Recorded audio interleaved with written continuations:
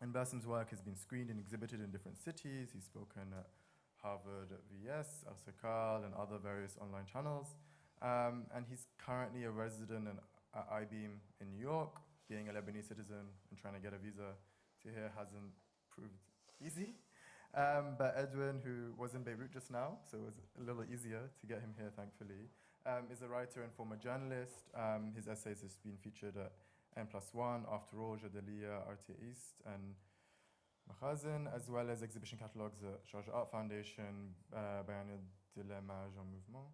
And he's spoken at many various kind of venues, and he's currently the assistant director at Ashkal Al-Wan, which is a non-profit organization with a focus on contemporary art in Beirut. So yeah, if you can all just turn your phones off or silent, and yeah, join me in welcoming Edwin, please.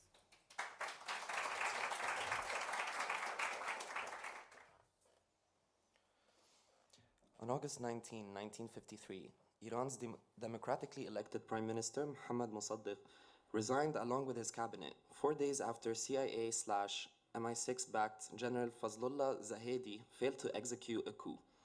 The 28 Mordad coup d'etat was co-orchestrated by the United States under the name Operation Ajax and the United Kingdom under the name Operation Boot. Both imperial powers sought to strengthen the monarchical rule of Mohammad Reza Pahlavi, as well as organized against Mossadegh's decision to nationalize Iran's oil industry and to expel foreign corporate representatives from the country. That same year, an Italian Orientalist transferred more than 1,050 Tazieh manuscripts from Iranian villages to the Vatican Library. Then ambassador to Tehran, Enrico Cerulli had gathered an infamously extensive set of material pertaining to Shia passion plays throughout his diplomatic mission, which include iconographies, paraphernalia, and costumes. Tazieh rituals have historically been performed during the holy month of Muharram, concurring with the anniversary of the martyrdom of Imam Hussein in Karbala, and consisting of a staged, participatory recreation of the event. Said to have been the first Western observer to enthusiastically acknowledge and engage with the scientific importance of the Persian dramatic production, Cerulli traced the Tazieh within a system of religious representation popularized during the reign of Shah Ismail, l'inspirateur premier des représentations, and framed as a means to disseminate Shi'ism among provinces where religious minorities had once prevailed.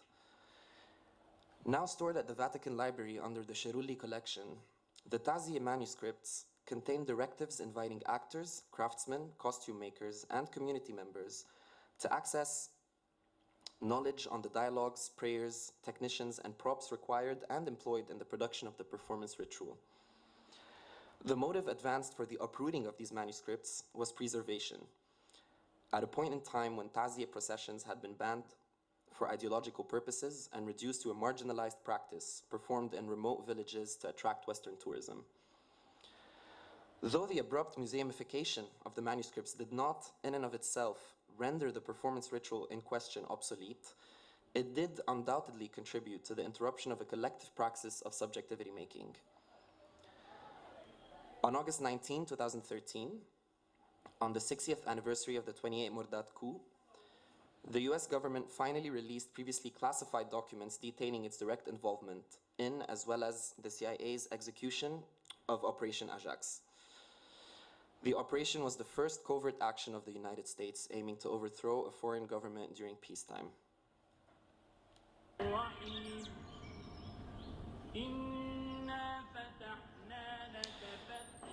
Around 2 years ago, Facebook event pages sponsored by Shia municipal councils in Beirut and South Lebanon were disseminated across community members to experience Ashura through virtual reality.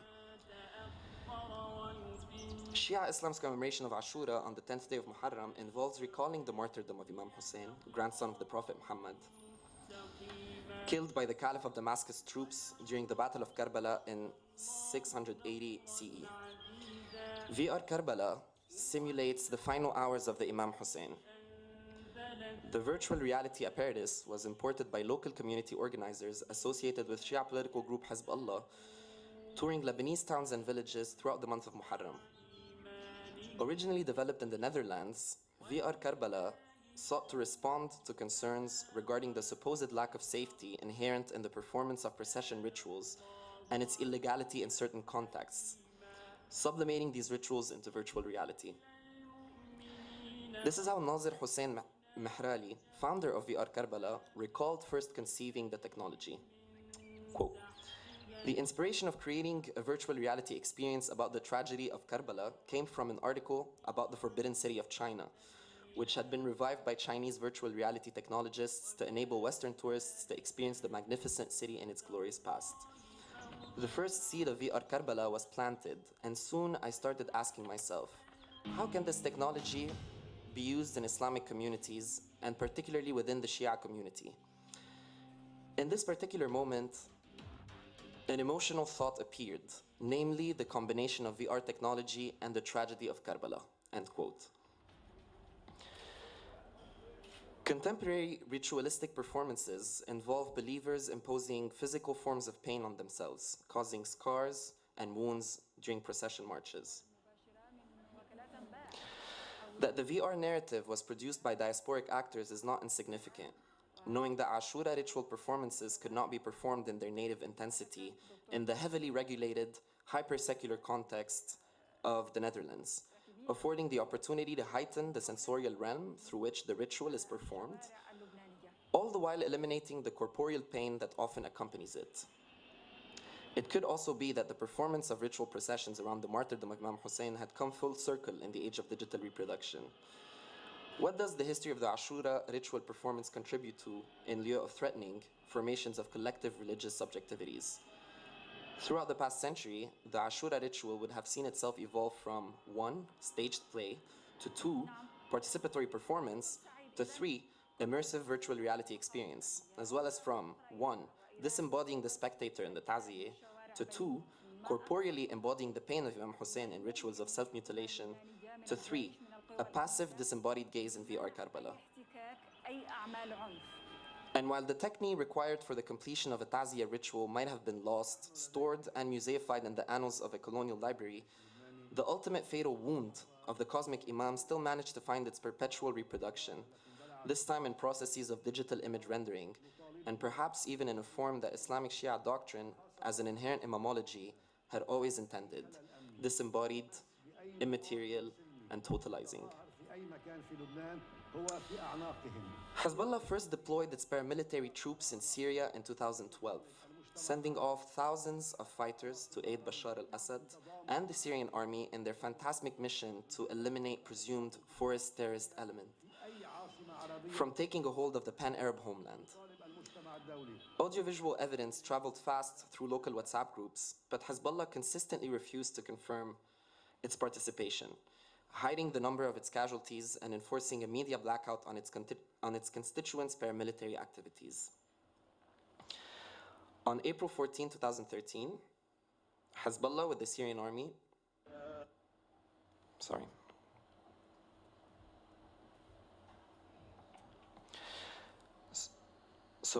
on April 4, 2013, Hezbollah with the Syrian army launched an offensive to retake part of Qusayr. A month later, Secretary General Hassan Nasrallah announced that Hezbollah is fighting in the Syrian army against Islamic extremists and pledged that his group will not allow Syrian militants to control areas that border Lebanon.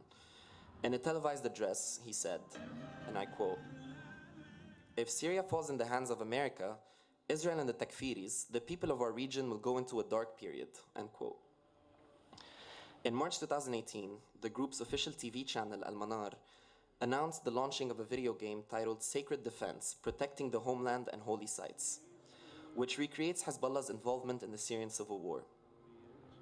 The opening sequence follows a 24-year-old civilian named Ahmad as he visits on a sunny day the holy shrine of the Sayyida Zainab Mosque in contemporary Damascus, Syria. The tranquility of the scene is interrupted as the character approaches a sign in the complex that reads Labbaik ya Zainab. An airstrike ensues, and Ahmad, along with attendant infantrymen, rush to the underground shelter beneath the mosque. An ellipsis in the film sees the visitor recruited and transformed into a Hezbollah soldier, a narrative arc that personalizes the Hezbollah Reserve Army as impassioned civilians who must take on military duty in self-defense, be it against the IDF or the Islamic State.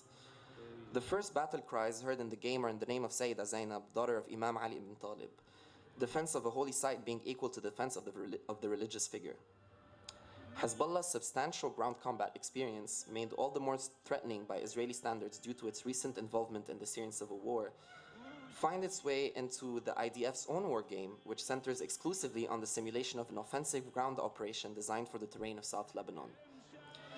But while Israel's simulations were conceived for sinister purposes of training, Hezbollah's incursion in wargame territory is closer in aim to the US Army's America's Army, a game technology platform used to develop first-person shooter video games and conceived primarily for strategic communication and recruitment. The affluent, starkly detailed graphics and sorrowful undertones of Sacred Defense betray a conscious process of canonizing the contested paramilitary battles Hezbollah led in Syria, at once designed to integrate it within a collective political imaginary and transcendentalize its supposed counter-terrorist endeavors.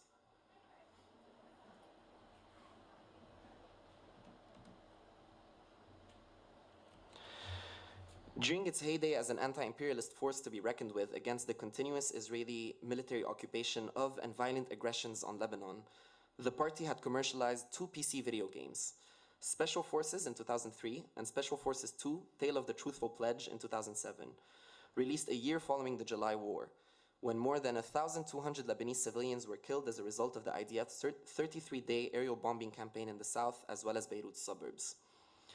The truthful pledge of yesteryears, however, had now evaporated into the ether.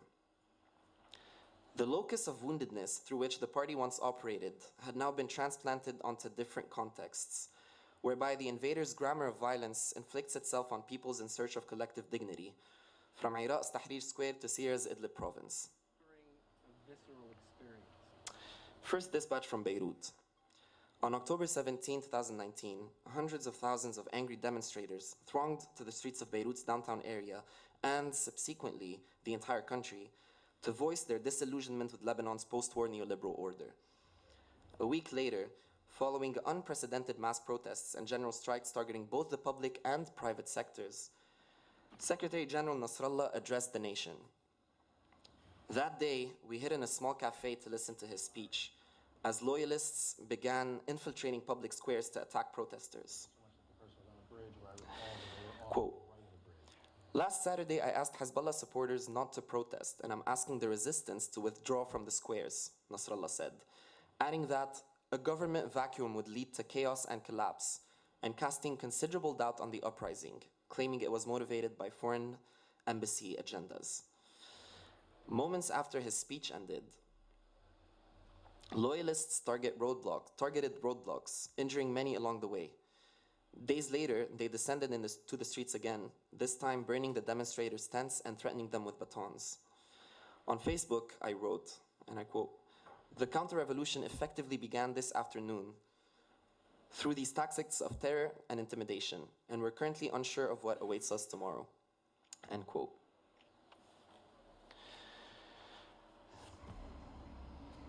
In 2004, clinical psychologist Albert Skip Rizzo formally began his decade-plus endeavor in virtual reality exposure therapy at University of Southern California's Institute for Creative Technologies, after having an eye on virtual reality's state-of-the-art since the early 90s.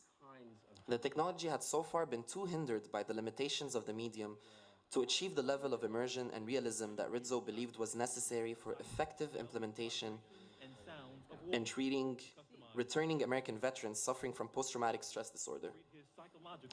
A year earlier, in 2003, the US invasion of Iraq had begun in March, and Bush had given his infamously duplicitous mission accomplished speech in May, stating that major combat operations in Iraq were over. The gap between rhetoric and reality continued to widen as most American casualties in Iraq fell after 2003. That same year, the real-time tactic game, Full Spectrum Warrior,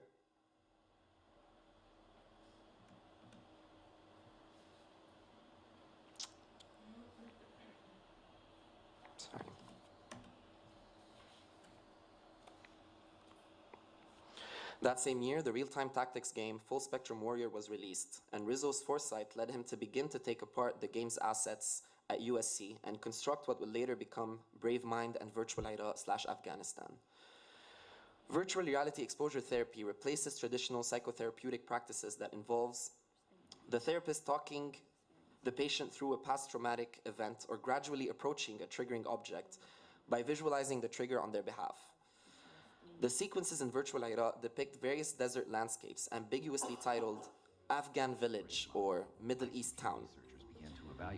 The drive towards evocative vagueness is undoubtedly rooted in an orientalizing American gaze that pragmatically deprioritizes detail and difference between contexts and locales, to allow the veteran under therapy to project their own stored memories and first-hand experiences onto the generic realism of the landscapes. Rather than being faithfully depicted, the devastated, formerly occupied city of Fallujah and its inhabitants are digitally rendered and experienced as targets, inscribed within a militarized vision of locale and memory imposed onto the post-traumatic subject, the US Army veteran. Trauma processing and psychological healing thus become deeply dependent on conditions of visuality that are themselves imbricated in the production of a permanent state of war.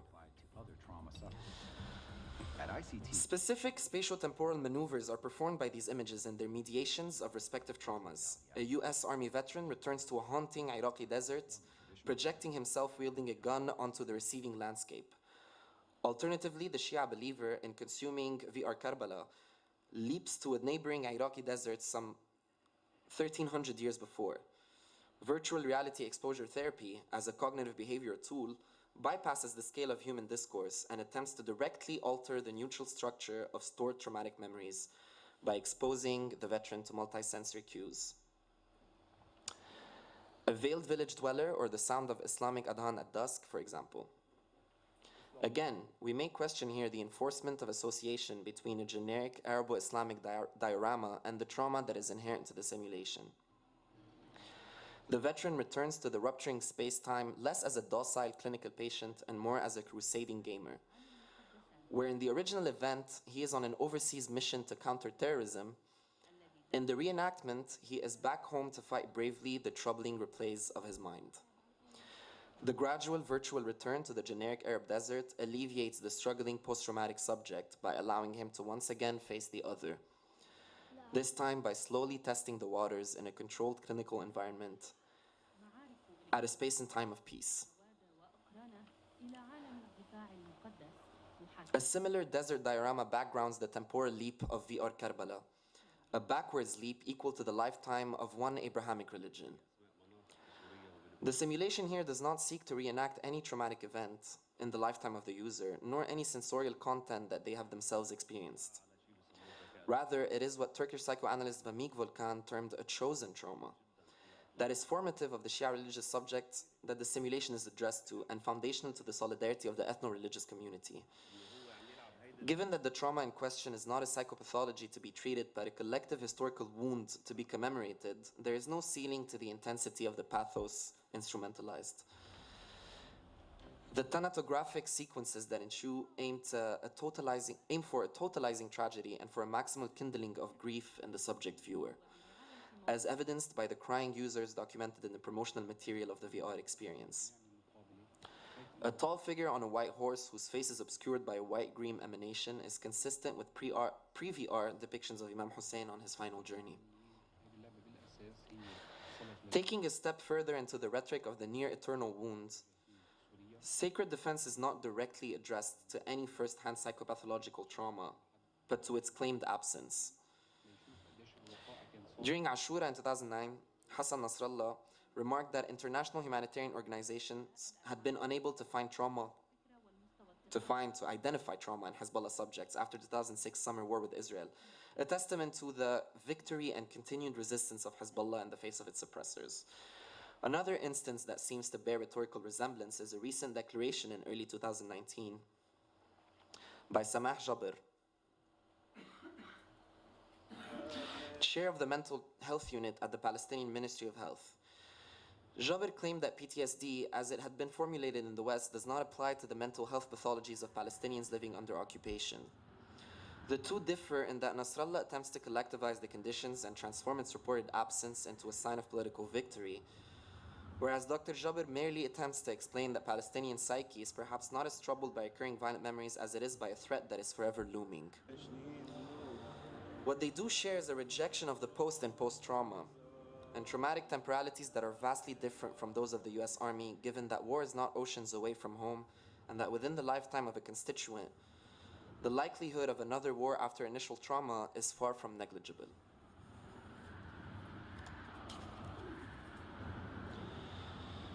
On January 3rd, 2020, the US military executed a Trump-ordered drone assassination of General Qasem Soleimani, commander of the Iranian Quds forces, and Abu Mahdi al-Muhandis, leader of the Iraqi Hezbollah on Iraqi soil near the Baghdad International Airport. Named after the holy city of Jerusalem, the Quds forces are the unit of the Iranian Revolutionary Guard Corps responsible for extraterritorial activities, established during the Iran-Iraq War in the late 80s. They exert command over and provide support for the dispersed network of proxy armed militias in the broader region, which includes the Lebanese and Iraqi Hezbollah force. Soleimani joined the Iranian Revolutionary Guard Corps in '79 after participating as a civilian organizer in the Iranian Revolution, which ultimately deposed of the last Persian monarch, the US and UK-backed Shah Mohammad Reza Pahlavi, effectively ending an uninterrupted 2,500-year-long rule extending from Cyrus the Great. The assassination of Soleimani was referred to as a targeted killing by the Trump administration and in the legal parlance of the US Department of Defense. The category of targeted killing by drone was drafted and legalized by the Obama administration as part of the Presidential Policy Guidance document, which was released in 2016. The playbook inaugurated an era of mass drone strike campaigns and unleashed a reign of silent terror on civilians in accursed places like Yemen, Pakistan, and Somalia. The Obama administration did not impose restrictions on the legal apparatus of targeted killings before it exited the White House, and Trump inherited a war machine capable of raining death on individuals of different profile ratings. Soleimani's targeted killing was further justified under the preemptive rubric of imminent threat, where his visit to Iraq was officially reasoned to be in preparation for attacks on American targets. This runs counter to the fact that most of the deaths inflicted by the Iranian regime in the region through its militia proxies after US withdrawal from Iraq in 2011 and throughout the spread and retreat of the Islamic State of Iraq and the Levant have not been American soldiers, but Iraqi and Syrian civilians and dissidents whose futures have long been discounted from the records of both American and Iranian state narratives. Yet the deaths of civilians are rarely ever the sounding alarms of international wars, and Trump's assassination of the general was considered an unlawful exceptionality and a first shot due to its target being a state official rather than a member of a non-state proxy group or civilian. Thus, a series of anti-war protests began taking place in American metropolitan centers. I attended one such rally in New York in January 2020, organized by the Democratic Socialists of America in front of the residence of Senator Chuck Schumer, blamed for being a hawkish Democrat and supporting sanctions on Iran. So far, so good. I later found myself on a socialism subreddit that day, fact-checking the discussion, so to speak, and there was a pinned post warning the forum users that anyone who deemed it a good time now to bring up the atrocities committed by the Iranian regime would be issued a temporary ban. Another protest in Times Square was not so reserved, and one of the speakers monopolized the megaphone for a good amount of time, singing Soleimani's praises as war hero and defeater of ISIS. Here were more examples of what we had come to refer to as the barrel left, the tanky left, the Assadists, the anti-imperialist left that just can't resist giving the state actors of the axis of resistance its full support. But maybe we're being too harsh on American socialists in particular, who must still shoulder the burden of dialoguing with the most foul of baby boomer xenophobes. I remember this when at a bar after the protest, an older American gentleman came up to our table and asked repeatedly and insistently what we, as a table of Iranians and Middle Easterners, thought of the recently deceased Soleimani, and what it even meant to be an Iranian for peace, as our banner read.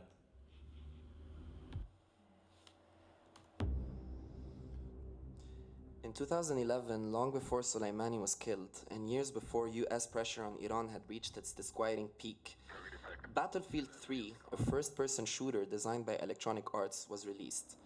The game features maps set in Paris, Tehran, Sulaimaniya in Iraq, New York City, Wake Island, Oman, Kuwait City, and other parts of the Persian Gulf.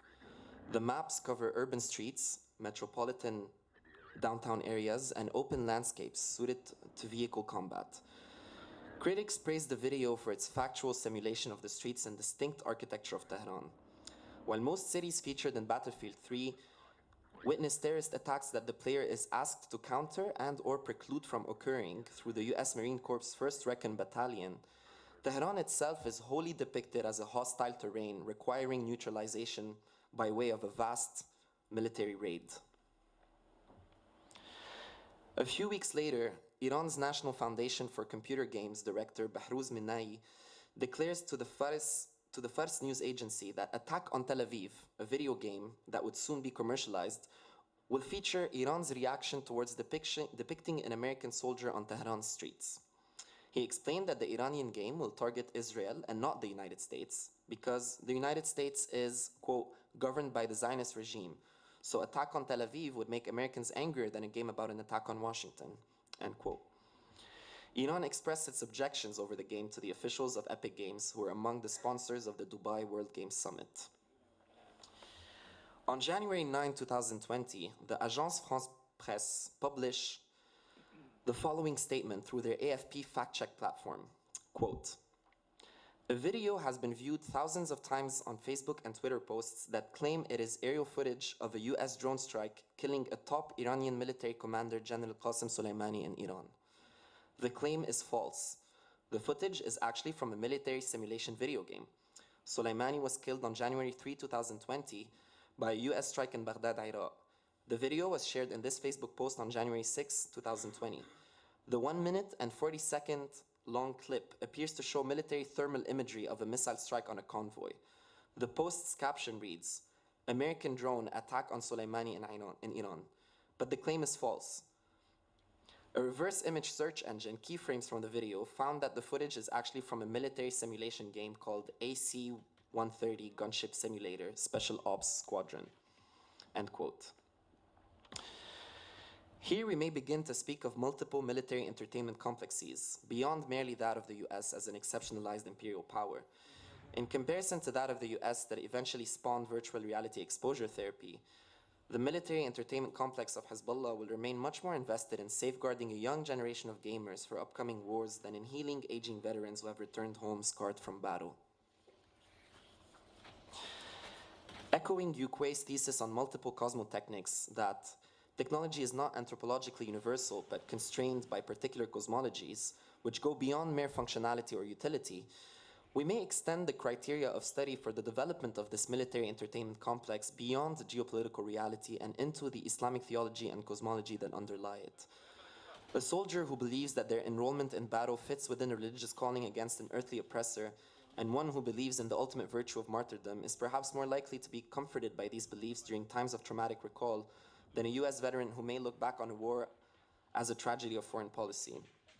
The military entertainment complex of Hezbollah, through its continuing forays into game production, is thus more invested in building future resilience among its constituents in the face of upcoming strife and binding that resilience to Islamic faith and values than it is invested in creating therapeutic tools for a secular post-traumatic subject. Through these productions, a form of ethno-religious futurism is created, one that intertwines ethnic identity with ostensibly novel appropriations of technology. For a paramilitary actor like Hezbollah with limited means, due especially to recent international sanctions on Iran and the transnational Shia community, the field of virtual simulation is an effective path towards ostentatious counter-hegemonic technological advancement within the unsurmountable material and structural limitations of being internationally recognized as a quote-unquote terrorist organization. In the aftermath of the Lebanese uprising, Hassan Nasrallah gave a speech in November 2019 where he speculated that trade and investment from Chinese corporations could increase infinitely and bolster the Lebanese economy during the oncoming economic collapse, were they not prevented from doing so by American influence. As our understanding of unilateral globalization, i.e., the one-sided, top-down flow of the universalization of Western epistemologies and worldviews, roughly since the end of the Cold War and until the rise of China and other superpowers, shifts, And as simulated battles are won against both imperial and terrorist foe, as vernacular religious practices are updated via different technological prostheses, we called on ourselves to turn an attentive eye to the accelerating technologies that shackle us to our militarized psyches and futures.